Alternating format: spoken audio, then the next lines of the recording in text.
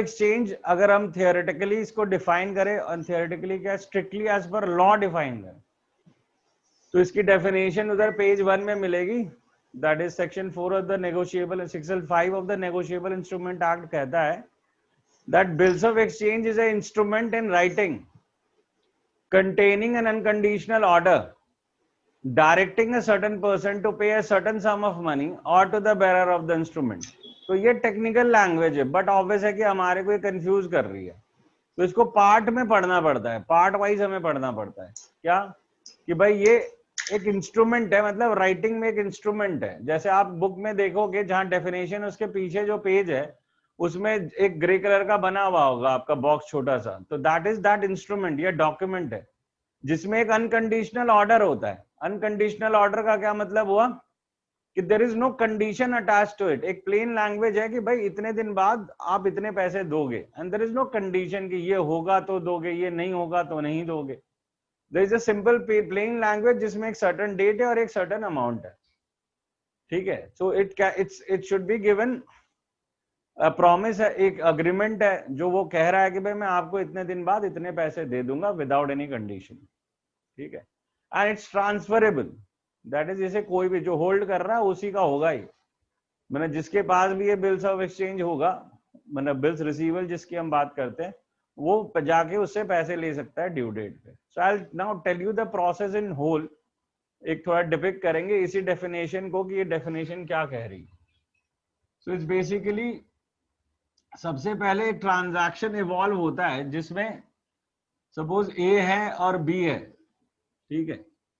ए है sold on credit to B, क्या किया ए ने, एक क्रेडिट सेल किया है,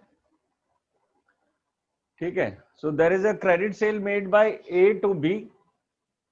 तो क्रेडिट सेल को और सिक्योर करने के लिए ए क्या करता है कि एक बिल ड्रॉ करता है। बिल मतलब ये वही डॉक्यूमेंट है जो कि ये ड्रॉ कर रहा है। सो बिल ड्रॉ कर रहा है बी पे, मतलब बिल बना के जो देता है वो ए दे रहा है, राइट। यानी कि उस पर लिखा हुआ जो होता है वो ए लिखवा के एक डॉक्यूमेंट बना के फॉरवर्ड करता है बी को, और बी को बस साइन करने हैं, यानी कि एक्सेप्ट करना है कि हाँ भाई आप जो कह रहे हो मैं वैसा आपको पैसे दे दूंगा। So he is an acceptor. So when reaching B, B जब साइन करेगा, on signing the bill become valid, on signing of bill it becomes valid, ठीक है। जब साइन होगा बिल तो वो जब एक वैलिड बिल ऑफ एक्सचेंज कहलाएगा। मतलब अगर सपोजिटली 1 जनवरी को बिल फॉरवर्ड हुआ है, ठीक है, 1 जनवरी को बिल फॉरवर्ड हुआ है और वो 7 जन को अगर साइन कर रहा है, तो बिल किस डेट पे वैलिड माना जाएगा, बिल 7 जनवरी को वैलिड माना जाएगा, राइट। चाहे बना वो 1 जनवरी को, पर वो जिस दिन साइन करके वापस कर देगा ए को, उस दिन बिल को वैलिड माना जाएगा, ठीक है। तो ये नॉर्मल प्रोसेस हुआ कि बिल ऑफ एक्सचेंज वर्क कैसे करता है। यानी कि क्रेडिट सेल हुई जिसके बाद ए ने एक बिल ड्रॉ किया, यानी कि डॉक्यूमेंट भेजा बी के पास, बी उसको साइन करके जब वापस भेजता है तो एक valid bill of exchange picture में आ रहा है। बिल ऑफ एक्सचेंज का मतलब इनके दोनों के लिए अलग अलग है, इसके लिए इसका मतलब अलग है और इसके लिए इसका मतलब अलग है। तो बेसिकली ये जो बंदा है ए, ये यहाँ पे जो अमाउंट बिल होल्ड कर रहा है वो इसके लिए बिल्स रिसीवेबल है। वो क्या है इसके लिए, बिल्स रिसीवेबल, क्योंकि इसे पैसे मिलने हैं। और इसके लिए क्या होगा, बिल्स पेएबल, है ना, क्योंकि इसे पैसा देना है। समझ में आ रही है बात। ये जो पहले आपने पढ़े थे वर्ड बिल्स पेएबल और बिल्स रिसीवेबल, ये यहां से आ रहे हैं कि ये क्योंकि इसे पैसे लेने, इससे इसके लिए ये बिल्स रिसीवेबल कहला रहा है, इसे पैसे देने हैं तो ये इसके लिए बिल्स पेएबल कहला रहा है। Now this person is called drawer, जो बिल बनाता है, ठीक है। ये आदमी क्या कहला रहा है, ड्रॉअर कहला रहा है। और ये कहलाता है ड्रॉई, जो बिल एक्सेप्ट करता है। और he is also called an acceptor. ये क्या है? एक्सेप्टर। ड्रॉई और एक्सेप्टर मतलब जो एक्सेप्ट करता है, और इसी वर्ड की वजह से कभी कभी बिल्स पेबल को हम एक्सेप्टेंस भी कहते हैं। बिल्स पेबल का दूसरा नाम एक्सेप्टेंस भी है। ये वर्ड भी हमारे पास पहले आ चुके हैं जब हम जर्नल कैश बुक्स वगैरह में थे। So this is how the things can be analyse की जो पार्टी टू बिल है वो कौन है? अभी ए और बी है। ए जो है ड्रॉअर कहलाता है और इसके पास जो बिल है वो बिल्स रिसीवेबल। जो तुम्हारा बी है वो एक्सेप्टर है, उसके पास बिल्स पेबल आया या एक्सेप्टेंस आया। Now whosoever holding the bill would ultimately get the money after the tenure of bill. Say the bill is drawn for 3 months. ये हम लेके चलते हैं कि बिल जो है 3 महीने का बनाया गया। तो after 3 months obviously there is one more angle to it जो हम बाद में देखेंगे कि उसे हम डेज ऑफ ग्रेस कहते हैं। ठीक है, दैट इज ये 3 months में कुछ और दिन ऐड होंगे, दैट विल सी आफ्टरवर्ड्स। फिलहाल हम 3 months लेके चल रहे हैं कि after 3 months whosoever is holding this bills receivable can get the money from B. अभी फिलहाल ऑब्वियसली ए होल्ड कर रहा है, पर ए चाहे तो किसी और को ट्रांसफर कर सकता है to satisfy his own liability. Say उसने सी को ट्रांसफर कर दिया। ठीक है, सी ने जो है फर्दर ट्रांसफर कर दिया डी को, क्योंकि उसे अपनी लायबिलिटी पे करनी थी। So it's called a negotiable instrument. Negotiable का क्या मतलब होता है? जो ट्रांसफरेबल हो, that is basically called the negotiable instrument, right. तो ये नेगोशिएबल इंस्ट्रूमेंट ट्रांसफर किया जा सकता है। अल्टीमेटली जब 3 महीने पूरे हो जाएंगे तो डी जाके अपना बिल्स रिसीवेबल दिखा के पैसे ले सकता है बी से। ठीक है, and this whole process is called endorsement. इस प्रोसेस को हम एंडोर्समेंट कह सकते हैं। ठीक है, एंड जो ये लोग बीच में खड़े हैं सारे, they are holders in due course. जिन्होंने बिल जिनके जिनके पास से हो के गया है, they are basically called holders in due course. ठीक है, यानी कि ये जो लोग खड़े हैं लाइन से, ए के पास था, सी के पास था, डी के पास था, they are called holders in due course. यानी जो प्रोसेस है ट्रांसफर का, इसको हम एंडोर्समेंट कहते हैं। ये कहीं ना कहीं हमने कैश बुक में भी देखा था, चेक एंडोर्स होते हैं। सो चेक और बिल्स रिसीवेबल सेम क्वालिटी रखते हैं, क्योंकि ये एक ही एक्ट के अंडर गवर्न होते हैं, जिसे हम नेगोशिएबल इंस्ट्रूमेंट एक्ट कहते हैं। तो चेक और बिल्स रिसीवेबल का नेचर सेम है, that is they are transferable. ठीक है, as far as the transferability और नेगोशिएबिलिटी इज कंसर्न, बाकी बेसिक डिफरेंसेस हैं, राइट। सो बिल्स रिसीवेबल जो अल्टीमेटली बंदा होता है वो जाके पैसा लेता है, एंड जिसे अल्टीमेटली पैसे मिलते हैं, दैट गाय इज कॉल्ड पेई। जिसको पैसे मिलते हैं वो क्या कहलाता है? Payee. So there are 3 parties to bill, drawer, drawee and payee. ये 3 पार्टी है बिल के। ये थियोरेटिकली आपको काम आता है जब यू आर एक्सप्लेनिंग दिस। तो ये who are the parties to the bill, so ये 3 पार्टीज टू द बिल आते हैं। ठीक है, तो ये सारी स्टोरी आपको ये समझाने के लिए कि हाउ द प्रोसेस वर्क्स, कि जो बिल्स ऑफ एक्सचेंज का प्रोसेस है वो कैसे वर्क करता है। ठीक है, theoretically there could be 2 more points कि what are the types of bills. Bill of exchange can be of 2 types. One is trade bill and other is accommodation bill. Trade bill is what we are seeing it right now. ठीक है, जो हमारा syllabus है। Trade bill का मतलब हुआ कि normal course of trade, that is cell purchase के दौरान आपने जो बिल बनाया, that's basically called a trade bill. तो अकोमोडेशन बिल क्या है? वो है जुगाड़, कि मुझे पैसे की जरूरत है, तुझे भी पैसे की जरूरत है, राइट। तो हम एक दूसरे पे बिल पहले रेज करते हैं, फिर बिल डिस्काउंट करवा लेते हैं। जैसे हमने चेक डिस्काउंटिंग का पढ़ा था कैश बुक में, बिल डिस्काउंटिंग का भी मतलब वही होता है कि टाइम से पहले हम डे 1 ही पैसे ले लेते हैं और एक दूसरे में बांट लेंगे। That is called accommodation bill. That is not in our syllabus. Theoretically हमें चाहिएगा बाय चांस, बट सिलेबस में नहीं है। ठीक है, अकोमोडेशन बिल का मतलब हुआ कि ए और बी दोनों को पैसे की जरूरत है, ठीक है। ए बी पे बिल ड्रॉ करता है, सेम प्रोसेस से सब कुछ होता है। ए जाके बैंक से डिस्काउंट करा लेता है डे 1 पे, तो पैसे आ गए, आधे आधे बांट लिए दोनों ने या जितना भी प्रोपोर्शन है। फिर जब 3 महीने खत्म हो जाएंगे और बैंक बी के पास जाएगा पैसे लेने के लिए, तो ए अपने हिस्से के पैसे बी को भेज देगा और पेमेंट कर देंगे, तो 3 महीने का लोन का जुगाड़ हो गया ना। तो दैट्स वाई इसलिए कहा जुगाड़ है ये, that's called accommodation bill. But it's not relevant to us and there could be one more name जो कि बिल्स ऑफ एक्सचेंज जैसा यूज होता है, दैट्स कॉल्ड प्रॉमिसरी नोट। इसकी एक थ्योरेटिकल बैकग्राउंड है स्टार्टिंग में। प्रॉमिसरी नोट में सिर्फ 2 ही पार्टी होती है। इसमें क्या है कि जो बेसिकली बायर है वो प्रॉमिस कर रहा है कि आई विल पे यू, मतलब this time the buyer is making the note. इसमें क्या था, इसमें ये सेलर बना के देता है बायर को और वो साइन करके भेजता है, इसको हम कहते हैं बिल्स ऑफ एक्सचेंज। दूसरा वर्ड है प्रॉमिसरी नोट।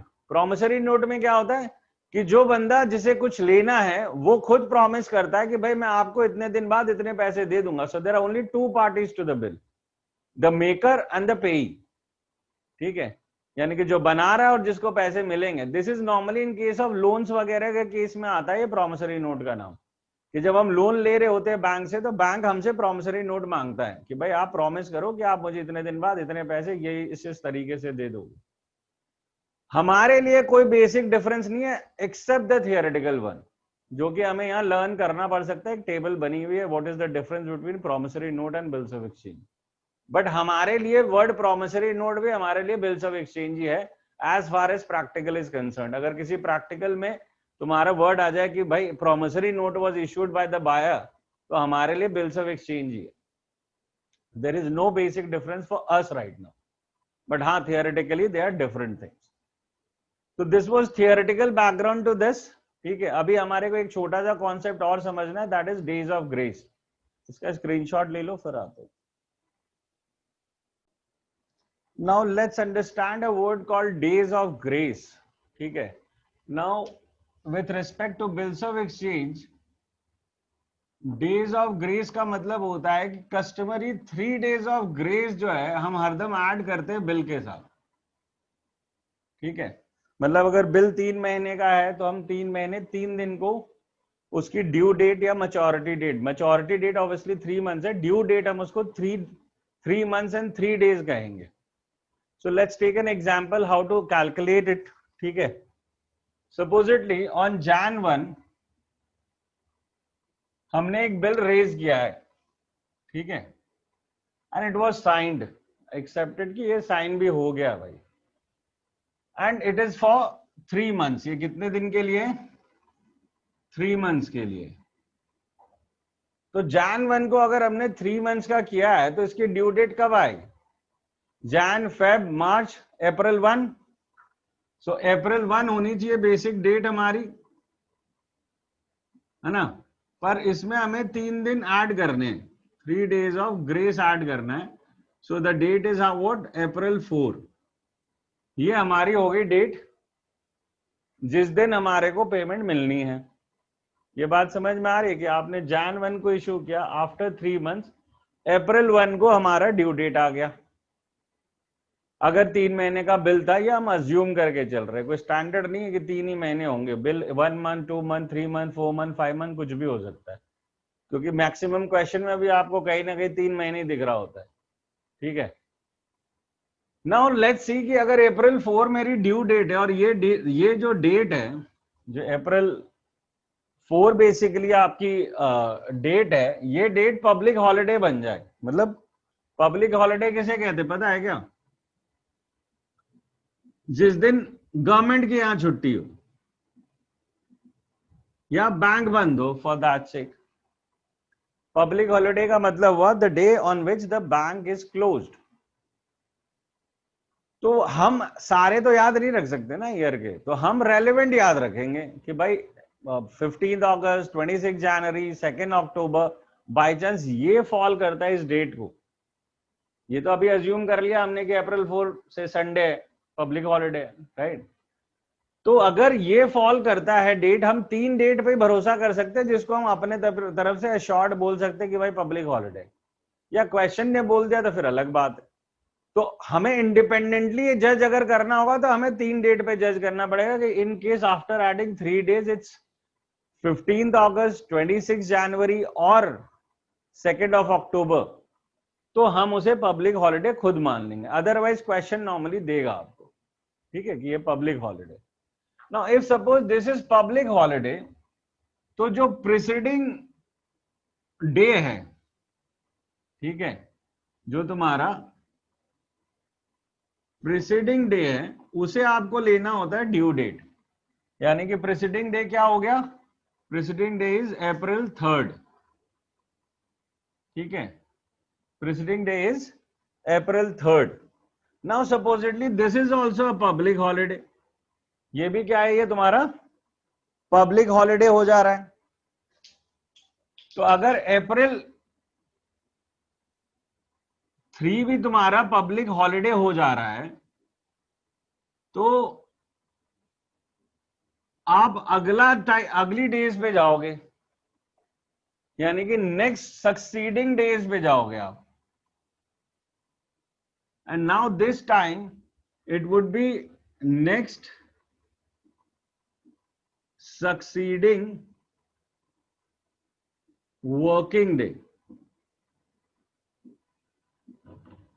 मतलब अगला जो भी सक्सीडिंग वर्किंग डे होगा, मतलब अगर ये पब्लिक हॉलिडे और ये भी पब्लिक डे हॉलिडे हो गया तो फिर अब आपको आगे जाना है, और आगे सपोजिटली April 5 आ रहा है, आगे क्या आ रहा है, April 5, and if it's a normal working day, so this is the date, ये डेट है जिस डेट पे आपका बिल मैच्योर हो रहा है, ठीक है, यानी कि this is the due date of the bill on which we should get the payment, और this is the date on which the buyer who signed the bill should pay now. समझ में आ रही है बात? अब अगर सपोजिटली April 5 भी holiday निकल गया तो फिर April 6 फिर हॉलिडे निकल गया, April 7, there are some days when the लगातार हॉलिडेज होती है, तो उस केस में ये अब आगे चला जाएगा, मतलब एक बार पीछे आना है फिर आगे के वर्किंग डेज पे आना है। ये ध्यान रखना, यहाँ पे वर्ड वर्किंग डेज है, ठीक है।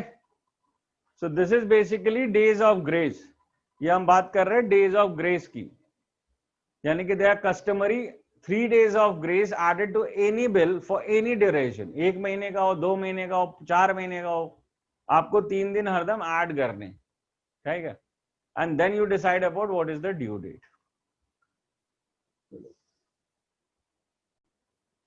So now let's come to the accounting of this.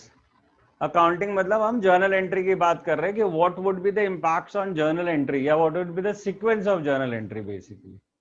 तो अब यहाँ पे हमें दोनों पार्टी की बुक्स में जर्नल एंट्री करनी पड़ सकती है, या तीनों, विल से दैट इवेंचुअलिटी, जहाँ पे 3 लोग भी हो सकते हैं यहाँ पे, तो सबकी बुक्स में उनके पर्सपेक्टिव से जर्नल एंट्री करनी है, ठीक है। सपोजिटली अभी हमारे पास 2 लोग थे तो हम उसको लेके चलते A's journal and B's journal, ठीक है। So as far as A's journal and B's journal हम 2 चीजों की बात कर रहे हैं, तो स्टोरी के साथ मूव करो। यहाँ पे हमने पूरी एक कहानी पढ़ी ना, अब ये काइंड ऑफ कि ए ने बी को सेल किया, फिर ए ने बी पे बिल ड्रॉ किया, फिर ए ने बी ने साइन करके वापस किया तो वैलिड बिल ऑफ एक्सचेंज बना, फिर उसके बाद बिल को ए लेके किसी को भी दे सकता है, नॉल, so that lot of story to it. तो आपको क्वेश्चन भी स्टोरी के जैसे समझना है, और 1 by 1 आपको एंट्रीज पास करनी है। तो सबसे पहले क्या होगा, देयर इज अ सेल और परचेज। सबसे पहले कहानी में क्या आ रही है बात कि सेल और purchase depend on the person, और अभी हम अपने करंट एग्जाम्पल को आगे बढ़ा रहे हैं। तो सेल और परचेज में ए बी को सेल कर रहा है, तो एंट्री क्या होगी, B's account debit to sales, ये एंट्री होगी ए के जर्नल में, इसमें तो कोई शक नहीं है।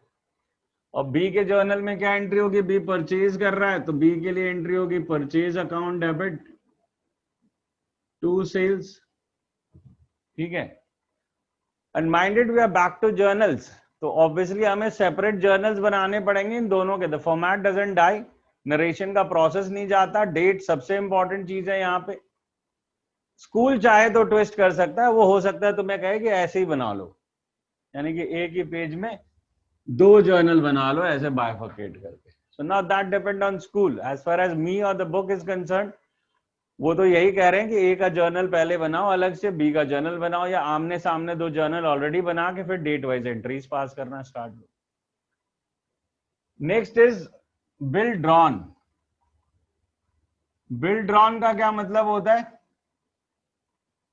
कि the bill is being drawn by A on B. Bill drawn का क्या मतलब हुआ कि ए बी पे बिल ड्रॉ कर रहा है और बी उसको साइन करके जब वापस भेज दिया तो अब आ गया पिक्चर में बिल्स ऑफ एक्सचेंज, यानी कि बीआर और बीपी इन दोनों के लिए। So when a bill is drawn there is change in status only. Change in status होता है, पैसे तो ड्यू है, पहले बी के नाम से ड्यू थे यानी कि डेटर के नाम से ड्यू थे, और अब बिल्स रिसीवेबल के नाम से ड्यू होंगे। सो that is simply change in status, कि डेटर चेंज होके क्या बन जा रहा है, अब डेटर चेंज होके बिल्स रिसीवेबल बन जा रहा है। तो उसकी जर्नल एंट्री क्या होगी कि बिल्स रिसीवेबल अकाउंट डेबिट होगा और दूसरी तरफ जो डेटर अकाउंट है वो खत्म हो गया। There is no debtor account now, क्योंकि हम डेटर को रिप्लेस करके बिल्स रिसीवेबल बना रहे उसे। इसीलिए तुम्हें कहा कि there is change in status. पहले पैसे पहले भी लेने थे और आज भी लेने हैं, पहले डेटर के नाम से ले रहे थे, अब बिल्स रिसीवेबल के नाम से ले रहे हैं, वही सेम अमाउंट तो ले रहे हैं जो सेल वाली थी। So there is simply change in status, कि पहले वो डेटर कहला रहा था और अब क्या कहला रहा है, अब वो बिल्स रिसीवेबल कहला रहा है। सेम इज फॉर हिम, कि पहले वो, ओहो this entry was grossly wrong और कोई पॉइंट आउट नहीं कर रहा मुझे। So purchases to A's account, ठीक है। सो अब यहां क्रेडिटर चेंज होके बिल्स पेबल बनेगा, so the creditor account is down, so A's account debit to bills payable account, ठीक है, कि अब ए एज ए क्रेडिटर खत्म हो गया और bills payable as a liability picture में आ गई। So that is the change, मतलब मैं जो बात कर रहा हूं कि चेंज इन स्टेटस है, कि जब बिल ड्रॉ होता है तो बेसिकली यहां वो डेटर से बदल के बिल्स रिसीवेबल बनता है, वहां वो क्रेडिटर से बदल के बिल्स पेबल बनता है। मतलब एक एसेट दूसरे एसेट को चेंज सब्स्टिट्यूट कर रहा है और यहाँ पे एक लायबिलिटी दूसरे लायबिलिटी को सब्स्टिट्यूट कर रही है, तो सेम बात, ठीक है। तो ये लिखो, इसके आगे हम थोड़ी इवेंचुअलिटीज देखेंगे कि जब बिल ए के पास आ गया तो वो और क्या ऑप्शंस क्रिएट कर सकता है या उसके क्या यूजेस ले सकता है उन 3-4 महीनों के बीच में, ठीक है। So note it down. So once the bill has been drawn, ठीक है, once the bill has been drawn, what option does A have, कि उस बिल के साथ वो क्या कर सकता है। उस बिल के साथ 4 इवेंचुअलिटीज है। एक हो गई होल्ड टिल मैच्योरिटी, कि मैच्योरिटी तक ए के पास ही पड़ा है वो बिल, उसने किसी को फॉरवर्ड नहीं किया, अपने पास ही रखा, 3 महीने बाद जाके उसे पैसे मिल जाएंगे। दूसरा है bill discounted with the bank, so bill discounting, ये हमने कैश बुक में पॉइंट नंबर 4 में पढ़ा, इंपॉर्टेंट पॉइंट में, कि हम टाइम से पहले ही ए जो है वो चला गया बैंक के पास और उसने पहले ही पैसे ले लिए। अब जब मैच्योरिटी आएगी तो बैंक जाके बी से अपने पैसे ले लेगा, वो वाला डॉक्यूमेंट दिखा के जो बिल्स रिसीवेबल। तीसरा है तुम्हारा इंडोर्समेंट। इंडोर्समेंट का मतलब हुआ कि ए ने सपोजिटली सी को ट्रांसफर कर दिया है, ए के पास बिल्स रिसीवेबल था, उसने सी को ट्रांसफर कर दिया है। So that is the situation of endorsement, जब 3 की जर्नल पे बातें हो सकती हैं। And the last one is bill sent for collection, bill sent for collection, and that is different from bill discounting. Bill send for collection का simple मतलब होता है कि आप हो आलसी किस्म के, तो आपको याद रहेगा नहीं, तो आपने पहले ही कर दिया बैंक में बिल फॉरवर्ड कि भाई देखो जब डेट होगी तो ये लाके मेरे अकाउंट में डाल देना। तो हम पहले पैसे नहीं मांग रहे यहाँ पे, हम कह रहे भाई टाइम जब हो तो आप जाके मेरे बिहाफ पे कलेक्ट करके मेरे अकाउंट में डिपॉजिट कर देना। सो that is basically called bill sent for collection. तो हम पे बेसिकली 4 सिचुएशंस क्रिएट हो गए हमारे पास कि या तो वो खुद के पास रख सकता है बिल जो ड्रॉअर होता है, फिलहाल हम उसे ए को रिप्रेजेंट कर रहे हैं ड्रॉअर के नाम से स्टार्टिंग के एग्जाम्पल से, या तो बिल डिस्काउंट करवाया जा सकता है, नहीं टाइम से पहले बैंक से हम पैसे ले लिए, बैंक बाद में जाके उनसे ले अपना बिल्स रिसीवेबल दिखा। इंडोर्समेंट मतलब हमने किसी और को ट्रांसफर कर दिया, और बिल सेंट फॉर कलेक्शन का मतलब हुआ कि हमने बैंक को दिया और जब डेट आएगी तो टाइमली बैंक अपना जाके कलेक्ट करके मेरे अकाउंट में डिपॉजिट कर देगा। So these are 4 eventualities that can arise once the bill has been signed by B.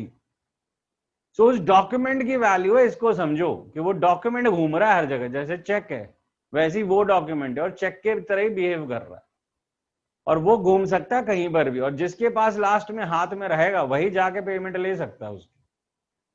अब सिचुएशन पे आते हैं कि जब ये सिचुएशंस अराइज होती हैं, जब ये सिचुएशन अराइज होती है तो एंट्री क्या होगी? When these situations arises, what is the journal entries? अभी तो हमने पीछे यहां लास्ट खत्म किया ना कि हमने पीछे लास्ट इसमें खत्म किया कि हमारा बिल ड्रॉ हो गया है, राइट? हमने वहां पे एंड किया। अब बिल ड्रॉ होने के बाद ये सिचुएशंस अगर अराइज होती है तो हमारी जर्नल एंट्रीज क्या होंगी, वो करेंगे हम फर्स्ट कॉलम में, ठीक है? तो अगर बिल होल्ड हो रहा है मैच्योरिटी तक ए के पास ही, तो इसके आगे कोई एंट्री की जरूरत नहीं है। जब होगी 3 महीने बाद होगी। आज की डेट में इस सिचुएशन की वजह से ना ए को कोई प्रॉब्लम है ना बी को कोई प्रॉब्लम, और बी को वैसे ही कोई प्रॉब्लम नहीं है इस 3 महीने के अंदर जो बिल का टेन्योर है उसके बीच में ए बिल के साथ क्या कर रहा है उससे बी को कोई मतलब नहीं। वो उसको गेंद बना के खेल ले, नाव बना के खेल ले, उसको कोई प्रॉब्लम नहीं है किसको दे रहा है क्या कर रहा है, कोई प्रॉब्लम नहीं। क्योंकि बी का कब मतलब आएगा, जब 3 महीने 3 दिन खत्म होंगे तो बी के पास जब पैसे लेने आएगा तो वो बोलेगा भाई बिल दिखा, बिल है तेरे पास, तो बिल देख के वो देगा पैसे। तो उसका काम 3 महीने 3 दिन बाद है। इन सिचुएशन से बी का कोई लेना देना नहीं, यानी कि ड्रॉई का कोई लेना देना नहीं है इन सिचुएशन से। तो इसलिए जब होल्ड ही कर लिया इसने, ए ने अपने पास ही रख लिया, तो उस बात की तो कोई जर्नल एंट्री है नहीं।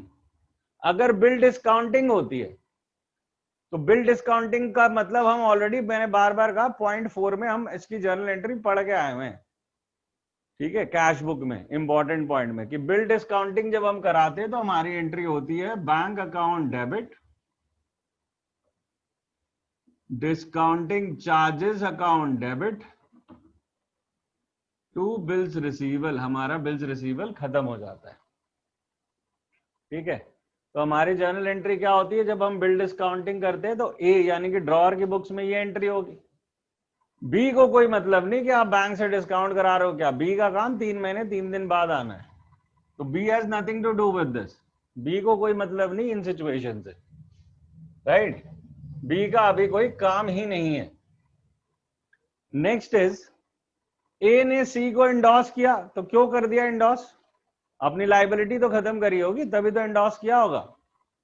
तो ए की बुक्स में क्या एंट्री होगी, सी डेबिट होगा और बिल्स रिसीवेबल क्रेडिट होगा, क्योंकि लाइबिलिटी एज ए क्रेडिटर खत्म हो गया सी, और बिल्स रिसीवेबल हमारा भी खत्म हो रहा है तो वो क्रेडिट होगा। तो एक तरफ लाइबिलिटी और दूसरी तरफ एसेट खत्म हो रहा है।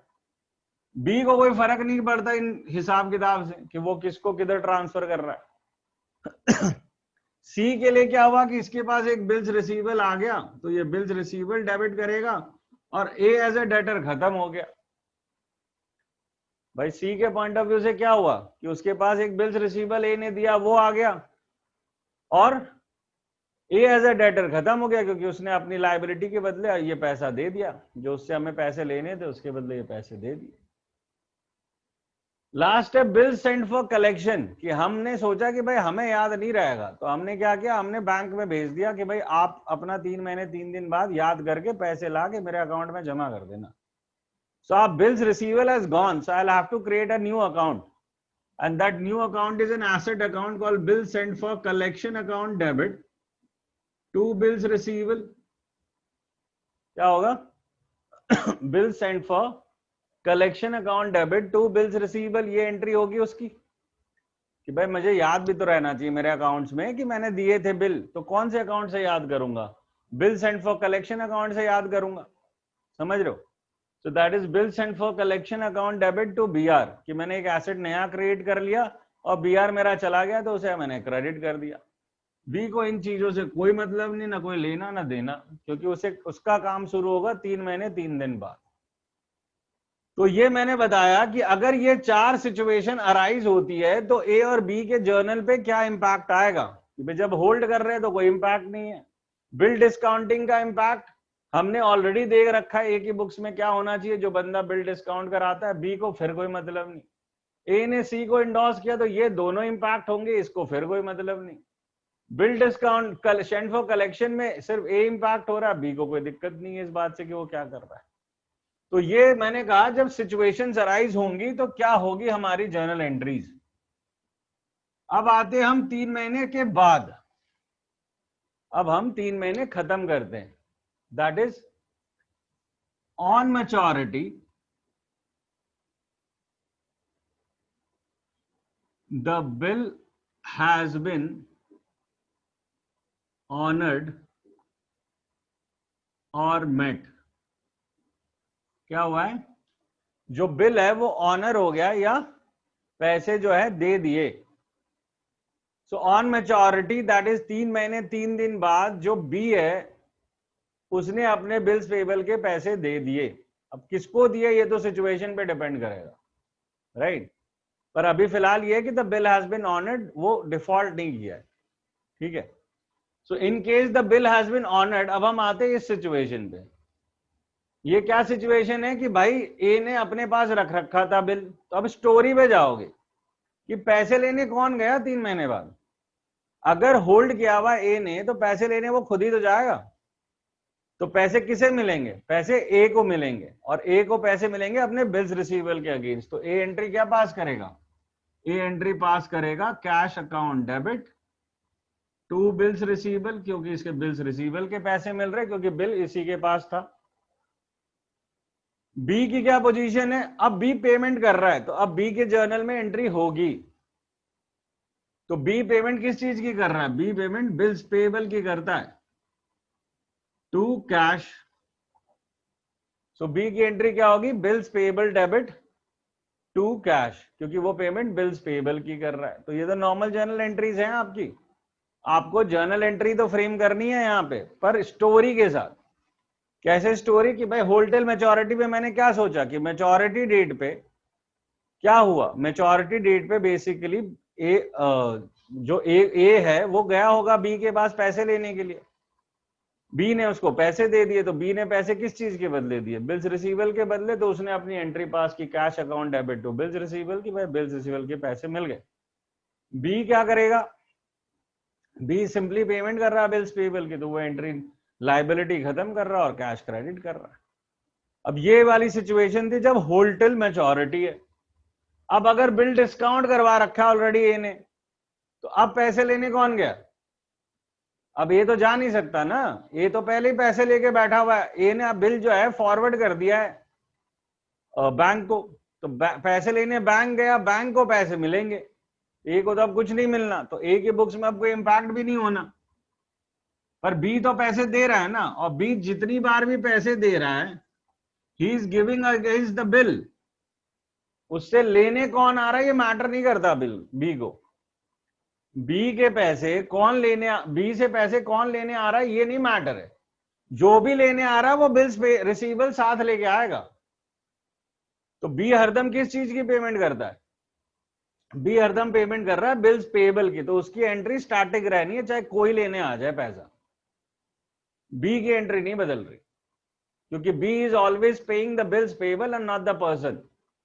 उसके बुक्स में बिल्स पेएबल लायबिलिटी है, तो वो बिल्स पेएबल की लायबिलिटी खत्म करेगा. उसको फर्क नहीं पड़ता कि ए आया कि बैंक आया कि सी आया कि फिर से बैंक आया, because ultimately he is paying his bills payable. So his entry remain same. Now endorsement में क्या होगा, ए ने सी को ट्रांसफर कर दिया था, तो अब ए को कुछ मिलेगा क्या? पैसे लेने कौन जाएगा? अब जब बिल इसके पास है तो पैसे लेने सी जाएगा उस बी के पास, सी को पैसे मिल जाएंगे, बी पैसे दे देगा। ए का तो कोई रोल प्ले ही नहीं है ना, ए तो अपनी लायबिलिटी पहले ही खत्म करके बैठा हुआ है, ए की लायबिलिटी ऑलरेडी खत्म है, तो A won't pass any entry.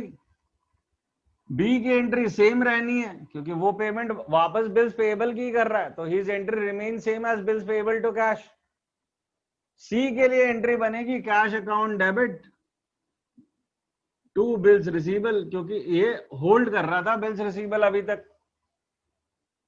इसकी सिचुएशन सी की ये वाली हो गई ना कि सी के पास पड़ा हुआ था बिल, तो सी को पैसे मिल रहे हैं बिल्स रिसीवेबल के बदले, तो cash account debit to bills receivable. Now ये इंडोर्समेंट है। अब बिल सेंड फॉर कलेक्शन है, आपने बैंक को दे रखा था कि भाई जब टाइम आए तो ले लेना, तो बैंक तो टाइम आएगा तो जाएगा बी के पास, पैसे लेगा और आपके अकाउंट में डिपॉजिट कर देगा। Bank would do it's duty. तो ऑन मैच्योरिटी आपका बैंक अकाउंट इंक्रीज हो जाता है क्योंकि बैंक लाके पैसे आपके अकाउंट पे डिपॉजिट कर रहा है। So it's bank account debit to bill send for collection account.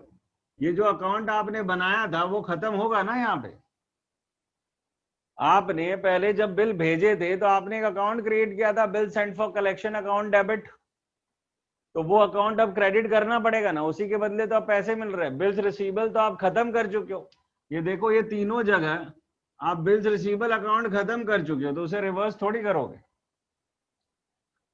ठीक है, तो यहाँ पे हमने नया एसेट अकाउंट क्रिएट किया था, उसके बदले हमें पैसे मिल रहे हैं, तो bank to bill send for collection हो गया क्योंकि बैंक लाके पैसे डिपॉजिट करेगा। मैंने बाकी जगह वर्ड कैश यूज किया है, बट यहाँ बैंक यूज कर रहा हूँ अकाउंट, क्योंकि इस बार बैंक गया हमारे लिए पैसे लेके आया और हमारे अकाउंट में जमा कर दी।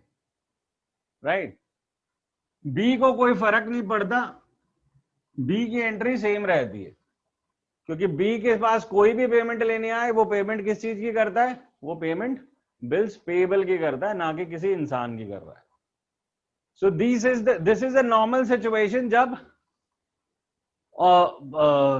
हमने अभी 3 फेज में पढ़ा, मतलब 4 समझ लो फेज पढ़ा कि पहले सेल परचेज, दूसरा बिल ड्रॉ होता है, तीसरा कि बिल ड्रॉ के बाद क्या सिचुएशंस अराइज हुई उसके अकॉर्डिंग जर्नल एंट्री होगी, और चौथा कि जब मैच्योरिटी डेट आती है तो पेमेंट अगर हो जाती है तो जर्नल एंट्री क्या होगी। इसके नीचे एक और कॉलम आएगा बट अभी हम इस क्लास में नहीं कर रहे हैं उसे। ठीक है, दैट इज द और सिचुएशन टू दिस।